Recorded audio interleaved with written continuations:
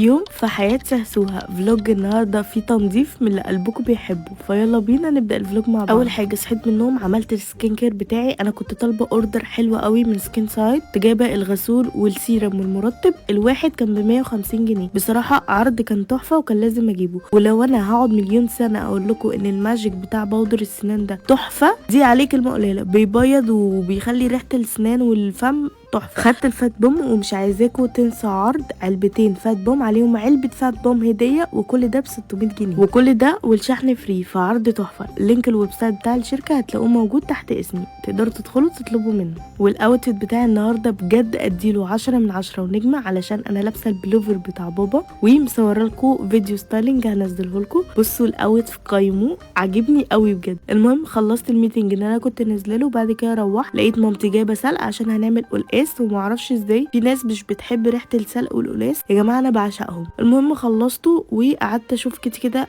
يا جماعه كيتي تعبانه قوي، وانا مش عارفه هي ليه بتحب تقعد على البلاط، وده غلط عليها وبيجي لها برد بسبب كده. فاللي يعرف ليكوا حل يقول لي ازاي اخليها ما تقعدش على البلاط، لان انا بشيلها تقعد تصوت. يا ريت تقولوا لي في الكومنت. طبعا قبل ما انزل الصبح انا ما كنتش عملت اي حاجه في الشقه، فقلت بقى لازم اروق الشقه قبل ما انام. فاول حاجه عملتها قمت اروق الصاله. لقيت نفسي الحماس واخدني قوي، قلت طب ما يلا يا بنتي يا ساره امسحي الشقه. فمعرفش ازاي الحماس ده جه، مع اني لسه ماسحه الشقه ولسه مروقاها، بس معرفش التراب ده جه منين، الدنيا دي اتبهدلت امتى وازاي معرفش.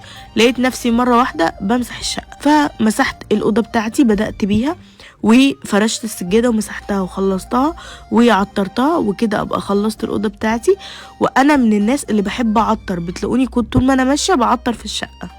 المهم خرجت بقى اعمل بقيه الصاله. انا كنت روقت جزء وسبت الجزء التاني، فكنست السجاد كويس جدا. ويا جماعه احنا عندنا مكنسه والله، بس انا اولا مش بحب اعمل بيها، بحس ان هي مش بتنضف قوي. ثانيا المكنسه عايز تتصلح، فاحنا عندنا مكنسه والله يعني ما تقلقوش. المهم مسحت الصاله بقى وخلصتها ورجعت السجاد تاني زي ما كان. واكتر فقره بحبها هي التش تش.